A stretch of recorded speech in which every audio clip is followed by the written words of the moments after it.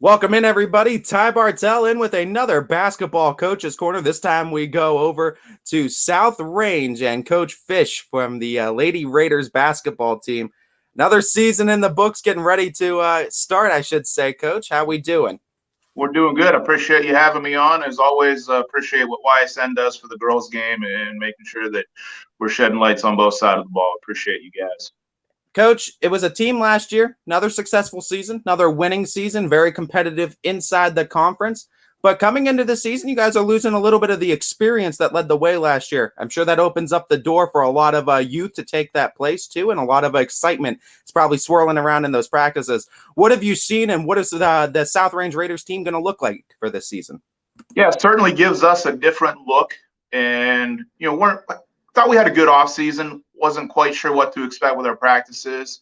And I've been really pleased. We've had a good week and a half. The kids are bought in. And I think our leadership's really going to come from everybody. We've got a nice group of kids. They're getting along. They're working well together. And they've just kind of been together and played that way. Had a lot of energy. So we're excited. Who are you guys going to be leaning on this year too? And what's the look of the team? What can Raiders fans expect this team to kind of look like stylistically and named wise this year? Well, Emma Cunningham's back. She's a 3-year letter winner for us, and we're going to go how she goes.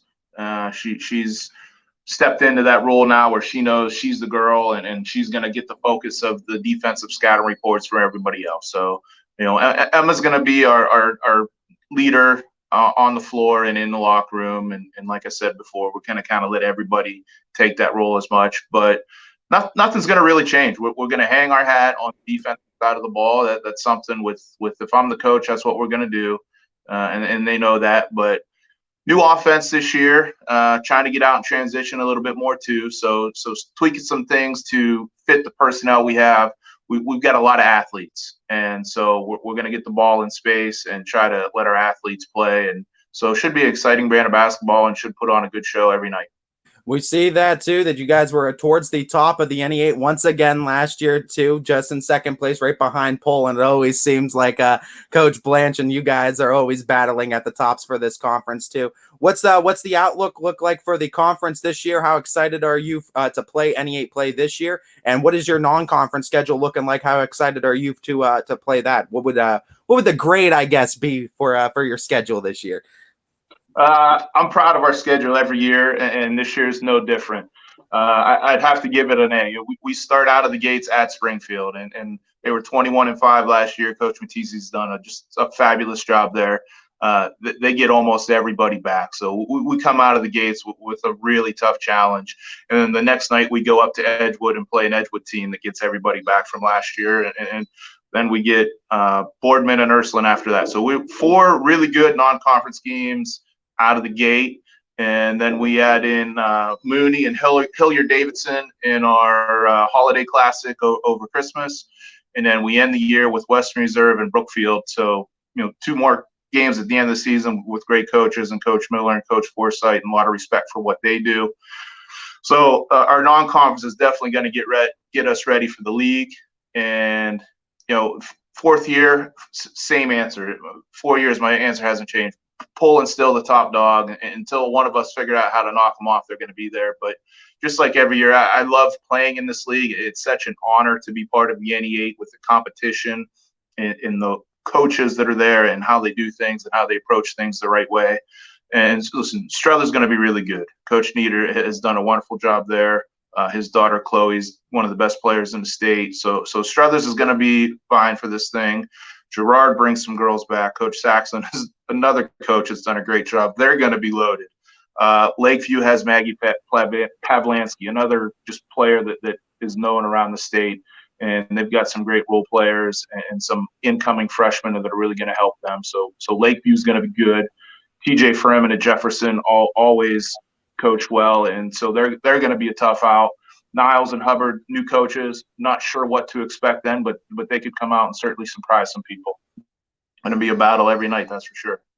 There's definitely a lot of competition up and down this league, but despite that, you guys always seem to find yourself near the top and always seem to have some moderate to really good success in this conference year in and year out. What do you attribute to that success to, and what role have you thought that you've played in kind of orchestrating these girls to be able to execute and find that success year in and year out? Well, that has been here. That was here before I got here. And Coach Matisse, when he was here, just what he accomplished was amazing and did a great job. And then the culture that was here before him, years ago, Matt Reel was here. When Coach Farron was here, when I was in school, the girls basketball program at South Range has a long tradition. And we hang our hat on that, and our kids know that, our players know that. And so when they walk into the locker room, they know that we're not competing against what we are right now. We've got to take what's been given us from the past and carry on that tradition to the future. And I think that's why we've been able to be successful every year, is because when our kids walk in the gym, they know that there's a certain level of competitiveness that they need to get to. And they take that seriously, they take it to heart, and they work on a daily basis of making sure that they take care of business. You talk about that success too, and I've seen a lot of schools too that take that program success, and the kids never want to be that team that year that has like the losing season or doesn't make the playoffs, whatever the goal is for that team. Do you experience those same pressures, or maybe feel it on a smaller scale as a head coach, talking about all those successful coaches that came before you to kind of try to uphold that level of success in the South Range girls basketball program? There's no doubt. I think I'm a competitor, and I'll admit at the end of the day that I certainly look at wins and losses, and we want to win as many games as possible. But the number one thing here is that we want these girls to be winners off the court. We want them to be winners and leaders in the classroom. We want them to be winners and leaders in the community. We want to make sure they're taking care of business at home. We want them to be good people. We want them to help their friends.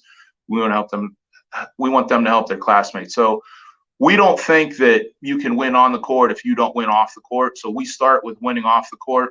The funny thing is about that is that it usually attributes to winning on the court, because you have kids that approach things the right way and put in the right amount of work with the right attitude. So we start off the court, and we've just been fortunate that we've had the buy-in from the girls, and it's carried over and made us a successful team on the court as well.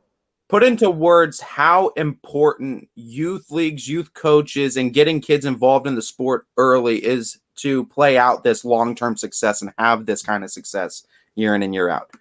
Ty, that's a great question, because I think I've probably changed my thoughts on that every year that I've been the head coach here. And I think the number one thing is that for youth players, and this is the first year we're actually we're going to enter our third grade team in a league. But it's a fun league, and we run a first and second grade program. Our fourth, fifth, and sixth grade are having practices, and they're going to be in leagues. But I talk to those coaches, and the number one thing is to have fun. If kids don't enjoy, and I don't care what the sport is, softball, soccer, football, whatever it is, if kid doesn't enjoy it while they're young, they're not going to put in the work to get better at it. They're not going to enjoy it when they get older. So I think at the end of the day, sports are fun. We all do this because we enjoy it, and there's a level of fun and reward from that part of it. That's why we do this thing. So we focus that with our young kids. Hey, have fun, get out there, enjoy it. And if they enjoy something, again, funny how that works. If they enjoy something, they're willing to put more time into it. I like asking this question because I like getting in the coach's head a little bit, because I feel like freshmen, when they join a team too, they're always nervous. They have the butterflies. And I think that they blow things out of proportion sometimes, and they overthink things from time to time. So in saying that, with all these younger players that are coming up into the varsity ranks now, and they're going to try to make an impact and impress you on the team, what are the things you look for those younger players that join the team too? What are the things you're looking for from the freshmen or their first time experiencing varsity with this Raiders basketball team? What impresses you and what gets them minutes? Well, the first thing is competing at practice. And you're right. Sometimes you'll have freshmen come in and they look at the older girls and they're afraid to box them out on a possession or try to steal it from them, and they don't compete. And that's not making them better. It's not making us better. So if we have a freshman who comes out and competes right away, then that's what we're looking for, that they're not afraid to make sure that they're making the team better. And then you got to be able to play defense. I don't care how fancy you can dribble and how well you can shoot and make layups. If you can't play defense as a freshman, you're going to struggle to find time. But if you can play defense and you're pushing us at practice, we're going to find ways to get you on the court. Looking at this too, I also want to give you the chance to get us through the staff of the Raiders team. I know sometimes there's changes, sometimes there's not. You bring back the same staff, but in saying that, I also want to give you the opportunity to highlight this 2022-23 edition of the South Range Lady Raiders. Yeah, I appreciate that. Lauren Pavlansky is our assistant coach / JV coach, and just really fortunate to have Coach Pav on board. This is her second year. She's done a tremendous job. We've kind of handed the reins of our offense over to her, and it's been fun to watch this first week and a half. Just a great coach. The kids really look up to her and respond to her. So really, really just happy to have her around because she's a true attribute to our program. And then Brock Miller's back in the junior high level. He's been here all 4 years I've been here and does a great job. And again, another coach that the kids really look up to, and he teaches them the right way, and he puts in the extra work and does a great job. Troy Scott's going to coach our 7th grade team. And you know, Troy, I have so much admiration for because Coach Scott was our JV coach, and then his daughter got into junior high, so he wanted to take a step back, but he still wanted to help. So last year he ran his youth program. Now this year we need a junior high coach. He said, Coach, I'll do it. So every program needs a coach like Coach Scott, who's just willing to do what the program needs. And we can thank a lot of our success due to what he's done. And Kaylee Luckland's kind of in a coordinating role this year, helping us with the behind the scenes stuff that everybody needs. And that's such a great help. And we finally got to that teaching job at South Range. So we landed a good one there in the district, and hopefully Kaylee's here for years to come. Final question for you, Coach, and then we'll let you go. When I was talking with Coach Blanche the other day, he was telling me about how the youth leagues, the little bit younger teams, were experiencing a little bit of trouble just getting participation, a little bit lower than what Poland expects. And I mean, we talked about the ripple effect from COVID too, and how that kind of took kids away from youth sports at younger ages too, and it was hard to keep kids involved. Have you noticed anything like that, or maybe another ripple effect from COVID? And how's this season been like the years prior? Does it feel like you guys are getting back to that normal routine of a basketball season again? Yeah, that COVID year 2 years ago was rough on everybody because there were so many shutdowns. Every day you woke up, you didn't know if your game was going to get canceled, if you were going to get on a 10-day shutdown. You didn't know, and that made it tough to get through the season. And I think that definitely trickled into last year, where programs really across the country, as I researched it, were down in numbers because the experience from 2 years ago wasn't very enjoyable. So I think a lot of girls and boys on both sides didn't want to play basketball. Yeah, they checked out. Yeah, they didn't want to do that again. And you know, our approach this past off season was almost a less is more approach, where we didn't try to overdo anything. We kind of got back to what we talked about before about just letting them kind of have fun. And if they're having fun, they'll be willing to do it more. So our numbers are back. We had, I think, 12 in the program last year. We're up to 19. And certainly it's nice to, and knock on wood that something doesn't come creeping back around, but it does feel like we're back to whatever normal was. It feels like we're there because we're able to do the things that we've been able to do prior to COVID.